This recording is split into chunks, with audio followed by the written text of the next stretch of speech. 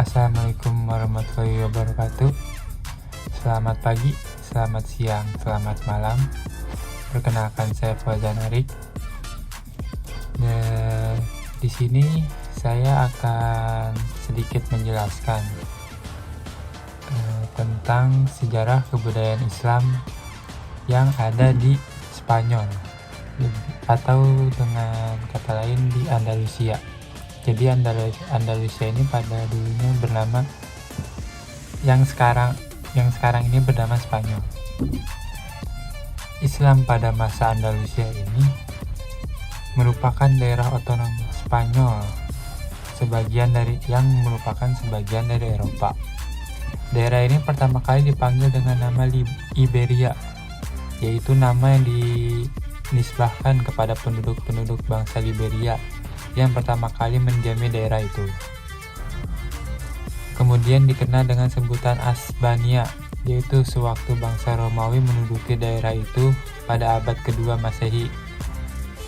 Nah, setelah itu, sebagian dari daerah ini diduduki oleh bangsa Vandal, sehingga dinamakan sebagai bangsa Vandalesia. Yang terakhir, ketika kaum muslimin menduduki daerah ini, mereka menyebut dengan nama Andalus, yaitu yang berasal dari kata Vandalesia.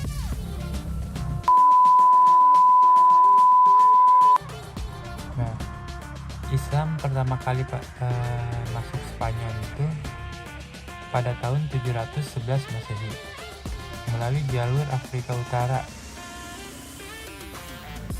Jadi Islam ini masuk ke Spanyol melalui jalur Afrika Utara.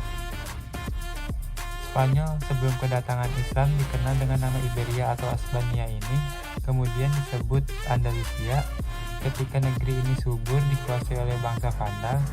Dari perkataan Vandal inilah orang Arab menyebutnya Andalusia.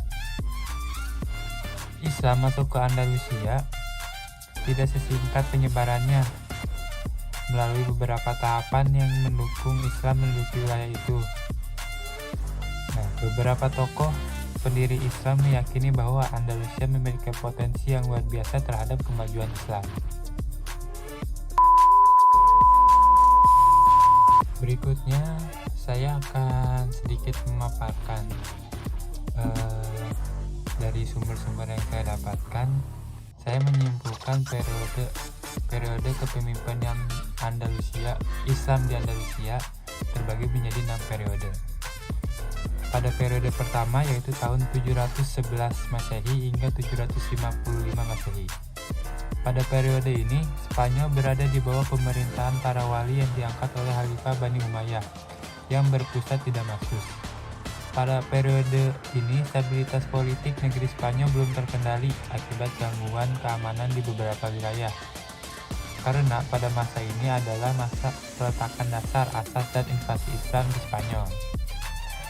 Yang kedua, periode pada tahun 755 hingga 912 Masehi.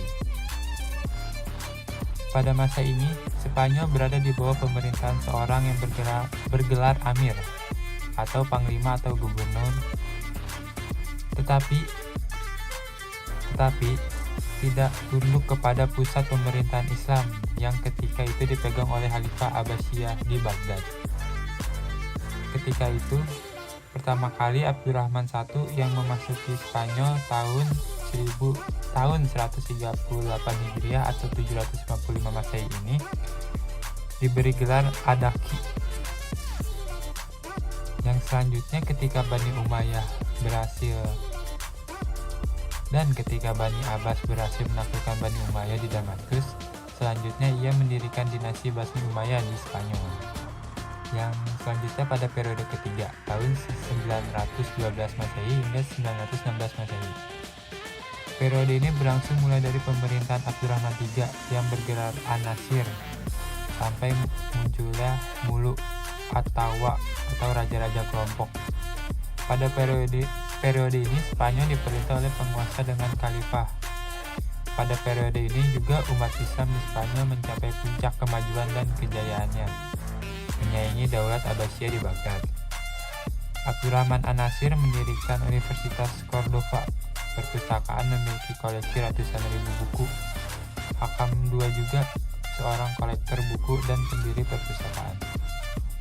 Berikutnya pada periode keempat, yaitu tahun 1013 hingga 1086 Masehi. Pada periode ini Spanyol terpecah menjadi lebih dari 30 negara kecil di bawah pimpinan raja-raja golongan atau almuluk yang berpusat di suatu kota seperti Seville, Toledo, dan sebagiannya. Yang terbesar di antaranya adalah Abbadiyah di Seville, Córdoba, Toledo, dan sebagainya. Pada periode ini, umat Islam Spanyol kembali memasuki masa pertikaian internal.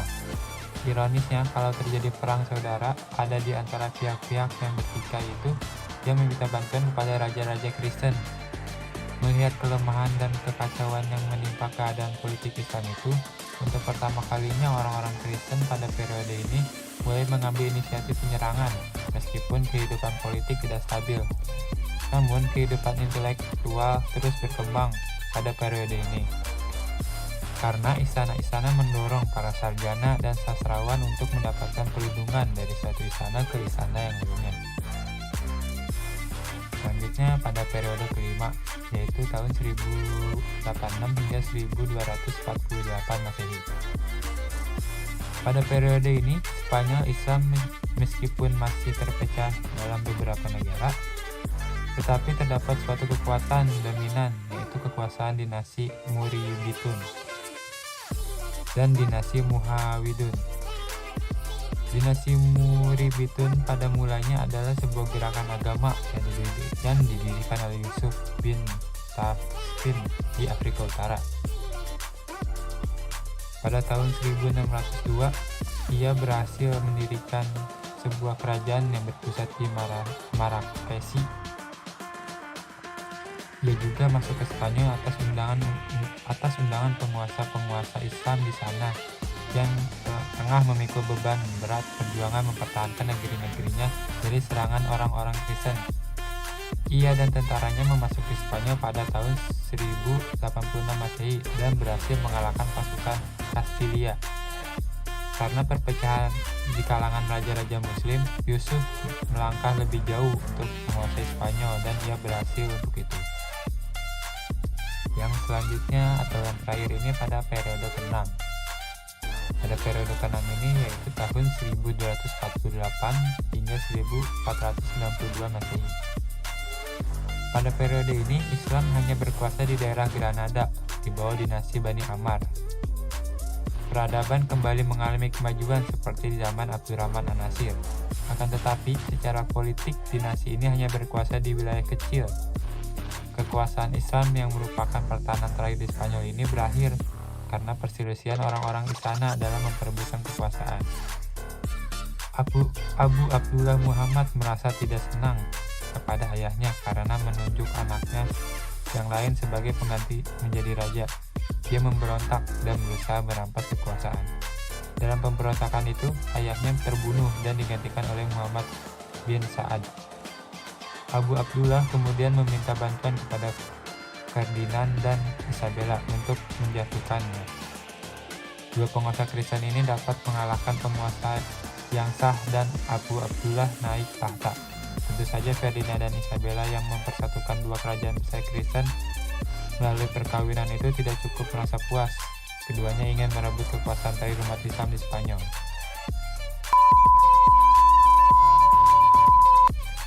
Pada pembahasan selanjutnya saya akan membahas kemunduran Islam di Andalusia atau di Spanyol. Nah, saya merangkum menjadi 3 poin. Poin pertama yang menyebabkan kemunduran Islam di Andalusia yaitu sistem pengangkatan khalifah yang kurang jelas. Karena sistem ini pengangkatan khalifah yang kurang jelas, maka di antara anggota keluarga Bani Umayyah saling memperebutkan kekuasaan.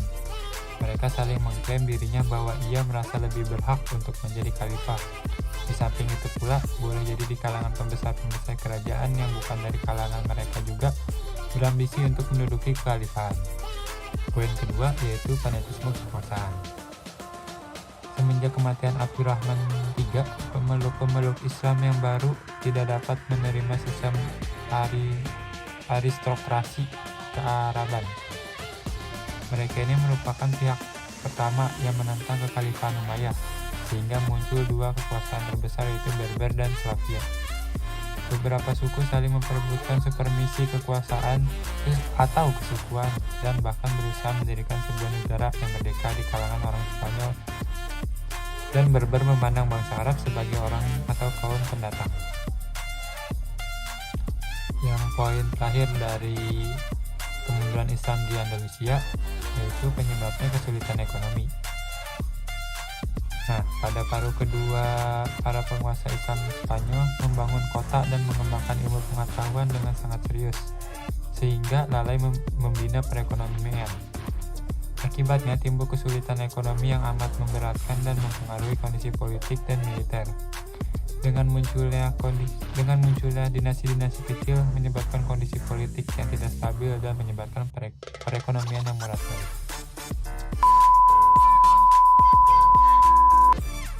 Dari pembahasan singkat barusan yang saya jelaskan, saya menyimpulkan bahwa Spanyol merupakan tempat yang paling utama bagi Eropa dalam menyerap ilmu pengetahuan yang dikembangkan umat Islam di sana, serta peradabannya, baik dalam hubungan politik, sosial maupun ekonomi, dan peradaban antar negara. Adapun kemajuan intelektual yang di dalamnya terdapat ilmu filsafat, sains, fikih, musik, dan kesenian.